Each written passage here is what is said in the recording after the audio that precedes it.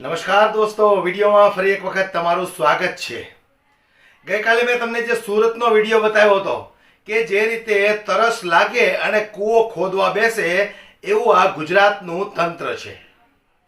ત્યારે જે રીતે રાજકોટની અંદર જે અગ્નિકાંડ બની ગયો, આપણને એવું લાગે કે ગુજરાતની અંદર સૌ પ્રથમ પહેલો આ કાંડ બન્યો હશે એટલે તંત્ર આટલું બધું જાગૃત થઈ ગયું, પણ આના પહેલા પણ આવા અસંખ્ય કાંડો બન્યા છે।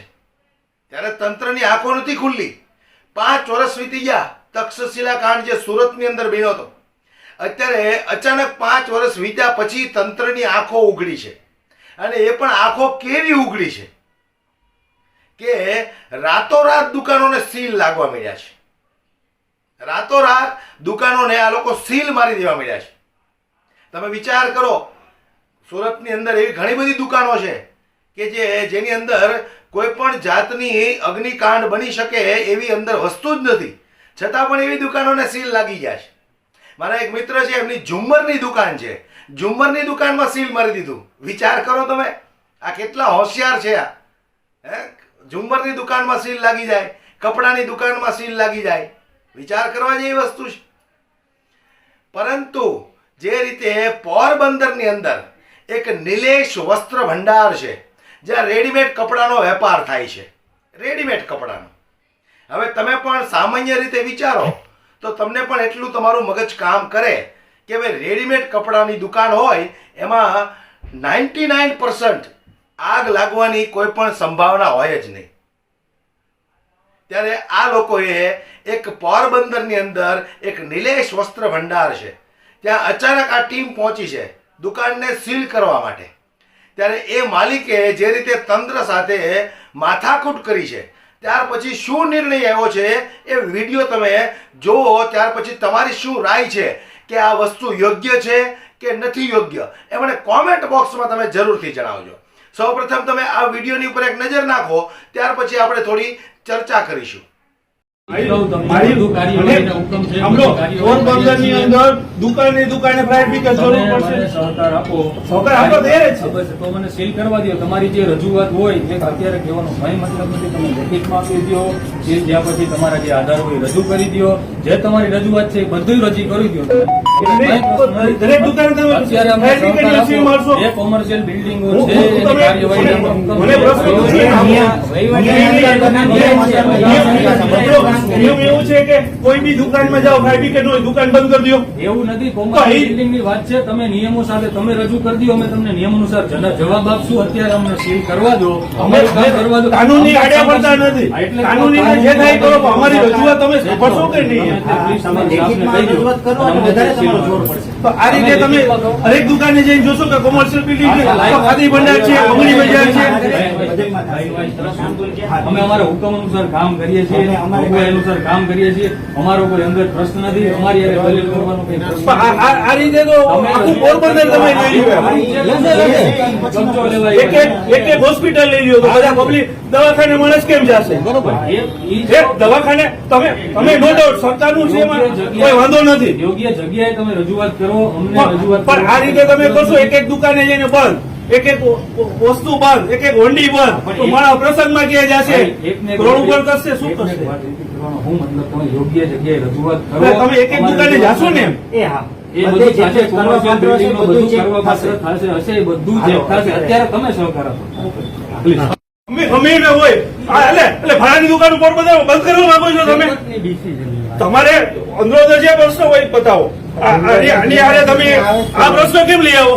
અત્યારે ફાયર બ્રિગેડ નો પ્રશ્ન છે ને, ફાયર બ્રિગેડ નો પ્રશ્ન છે ને, તમે આ દુકાનનું સીલ મારો તો હું તો પ્લીઝ શાંતિ રાખો, પણ તમે સીલ મારો આવ્યા છો ને, ચેમ્બરનો પ્રીમાઇસિસ છે કે નથી?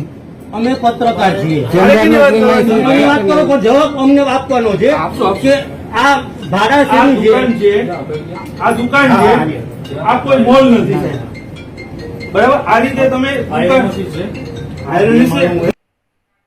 તો હું કહેવા માંગુ છું તંત્રને કે જો આવી જ રીતે તમે એક દુકાનને સીલ મારવા લાગશો તો કાલ સવારે બધી જ દુકાનોને સીલ લાગી જશે।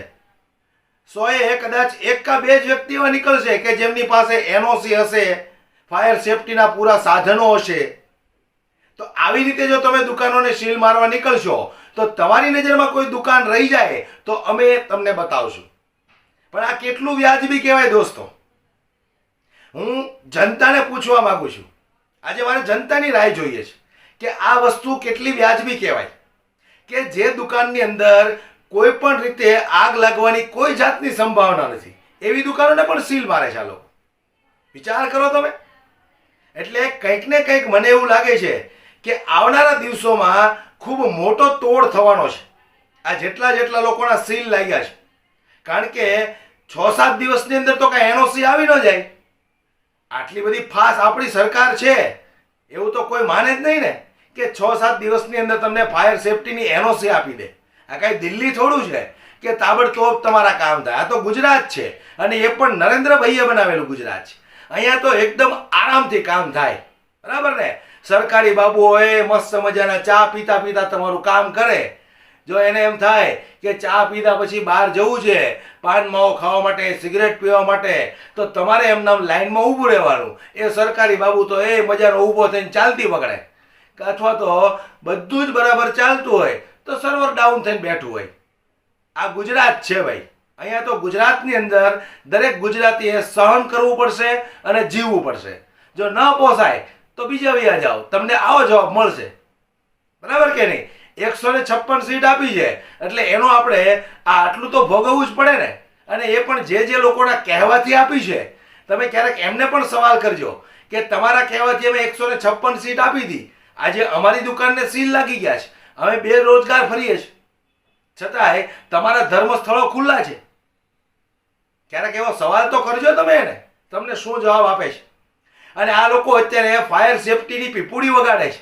તો હું કહેવા માંગુ છું કે જ્યારે કોઈ પણ વ્યક્તિ દુકાન ચાલુ કરે છે ત્યારે એ દુકાનના જે કંઈ લાયસન્સો લેવાના હોય છે, તો તમે એ જ સમયે એને કેમ નથી કહેતા કે ભાઈ ફાયર સેફટીનું એનઓસી, ફાયર સેફટીના તમામ સાધનો વસાવવા પડશે, ત્યાર પછી દુકાન તારે ખોલવાની છે. પણ આવું નહીં કે જો આવું કહી દે તો તોડ પાણી ન થાય. ત્યાર પછી એ દુકાન ખુલ્લી જાય પછી આવે એટલે ગુમાસ્તા ધારાનું લાયસન્સ માગે, ફલાણું લાયસન્સ માગે, ફાયર સેફટીના સાધનો માગે, ફાયરનું એનઓસી માગે. ના હોય એટલે તોડ પાણી થાય. આ જ ધંધો ગુજરાતની અંદર ચાલે છે. કેમ કે મેં એક સમયે દુકાન ચલાવેલી છે, પણ મને નવાઈ એ છે કે એક પણ મરદનો બચ્ચો મારી દુકાન ઉપરથી 5000 કે 500 રૂપિયા પણ લઈને ગયો નથી. હવે એ શું કામ નહીં આવ્યો હોય એ તો રામ જાણે.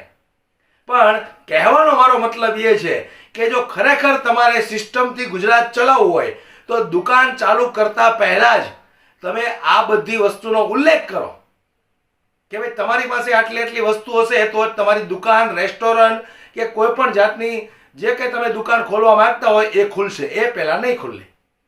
અત્યારે જે રીતે નાના દુકાનદારોને હેરાન કરવામાં આવે છે, ત્યારે મોટા મોલની અંદર તમે ક્યારેક તપાસ તો કરજો. એક્ઝિટ પોઈન્ટ કેટલા છે, ફાયર સેફટી કેટલી છે? કશું નથી. હજારોની ભીડ શાંત થાય ત્યાં સુધીમાં આવી જાય છે, છતાં આ મોલને કોઈ જગ્યાએ સીલ નહીં લાગે. કારણ કે એ મોટા વેપારીઓ છે, ડાયરેક્ટ કનેક્શન હોય, ડાયરેક્ટ દિલ્હી સુધી કનેક્શન હોય. અને આવા નાના વેપારીઓને શું હોય બિચારાને? સાંજે 1000-1500 રૂપિયા કમાતો હોય, એ બિચારાને ક્યાં સુધી કનેક્શન હોય? એટલે કહેવાનો મારો મતલબ એ છે કે જ્યારે તરસ લાગે ત્યારે આ લોકો કૂવો ખોદવા બેસે છે. આ ગુજરાતની સિસ્ટમ છે, ગુજરાતનું તંત્ર છે. એટલે હું કહેવા માંગુ છું કે સમય હજુ પણ આવશે તમારી પાસે જાગૃત બનવાનો. વધુમાં વધુ જાગૃત બનજો અને વિડીયોને ખૂબ શેર કરો દોસ્તો. જય હિન્દ.